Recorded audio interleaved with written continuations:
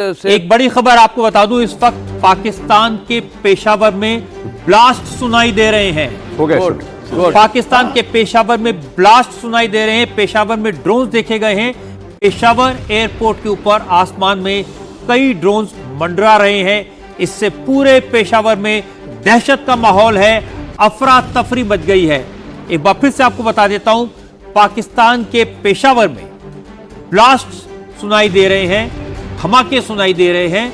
पेशावर में drone spot किए गए हैं। पेशावर एयरपोर्ट के ऊपर आसमान में ड्रोन्स मंडरा रहे हैं। और ये मुझे बताने की जरूरत नहीं कि ये ड्रोन्स किसने भेजे हैं, ये भी बताने की जरूरत नहीं कि ये धमाके कौन करवा रहा है।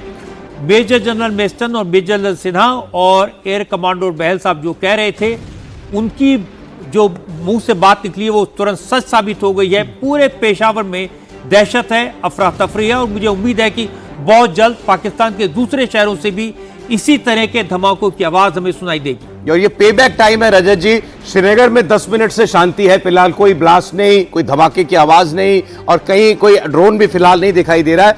अब पेशावर में ये सब कुछ सुनाई दे रहे हैं और दिखाई दे रहे हैं, ड्रोन भी, धमाकों की आवाज भी। और उनके खैबर पख्तूनख्वा राज्य के अंदर पड़ता है पेशावर, बड़ा शहर है, उनका एयरफोर्स बेस भी है। और वहां दिख रहा है कि उनके हवाई अड्डे के ऊपर ड्रोन्स जो हैं वो मंडरा रहे हैं, भारत के ड्रोन्स, और धमाके भी, तेज धमाके सुनाई। अब पाकिस्तान ये बेवकूफी क्यों कर रहा है?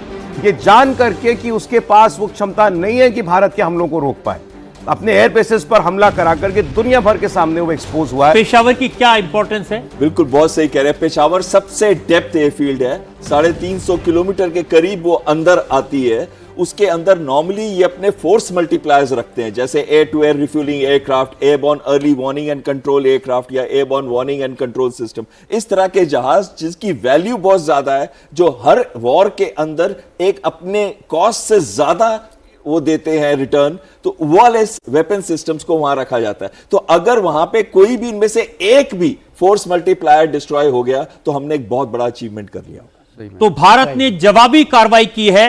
पेशावर में धमाके हुए हैं, ड्रोन्स आसमान में मंडरा रहे हैं और पूरे पेशावर में अफरा तफरी का माहौल है। यह इस वक्त की बड़ी खबर है।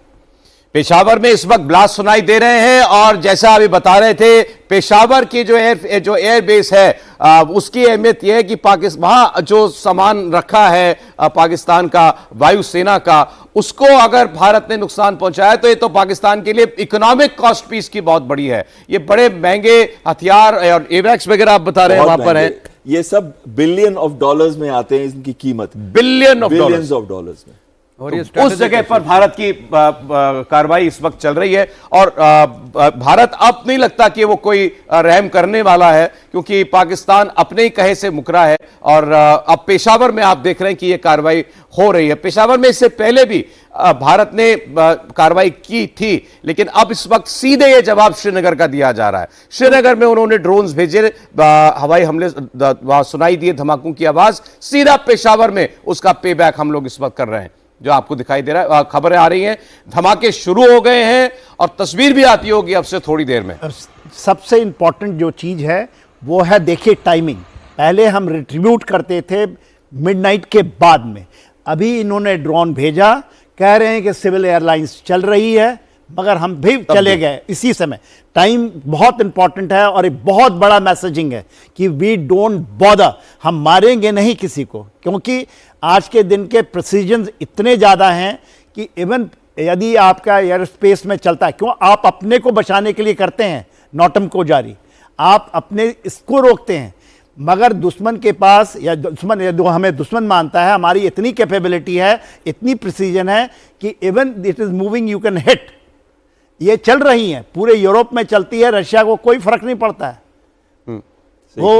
वो पूरा करता है। तो ये थोड़ा सा एक ड्रामा होता है कि, मगर हम उसको, और वो ड्रामे में सोचता है कि हम छिप जाएंगे।